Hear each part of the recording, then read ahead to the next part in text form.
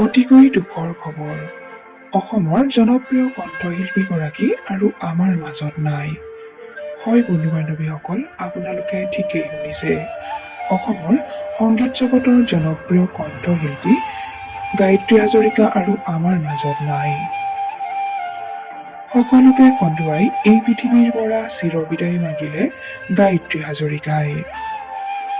অতি প্ৰতিভাৱান কণ্ঠশিল্পী গায়ত্ৰী হাজৰিকাৰ মৃত্যুত বৰ্তমান সমগ্ৰ অসমেই কান্দিছে। গুৱাহাটীৰ এখন ব্যক্তিগত চিকিৎসালয়ত শেষ নিশ্বাস ত্যাগ কৰে জনপ্ৰিয় কণ্ঠশিল্পীগৰাকীয়ে। বহুদিনৰ পৰা দুৰাৰোগ্য ৰোগত যুঁজি অৱশেষত জীৱন যুঁজত হাৰ মানিলে কণ্ঠশিল্পী গায়ত্ৰী হাজৰিকাই। হৰা পাতে পাতে ফাগুন নামে, ৰাতি ৰাতি মোৰ সোণ, অহাৰ দৰেই উভতি আঁতৰি গলা ইত্যাদি বহু জনপ্ৰিয় গীত উপহাৰ দি গ'ল অসমৰ ৰাইজক। বৰ্তমান কণ্ঠশিল্পীগৰাকীক হেৰুৱাই শোকত ভাগি পৰিছে সকলো।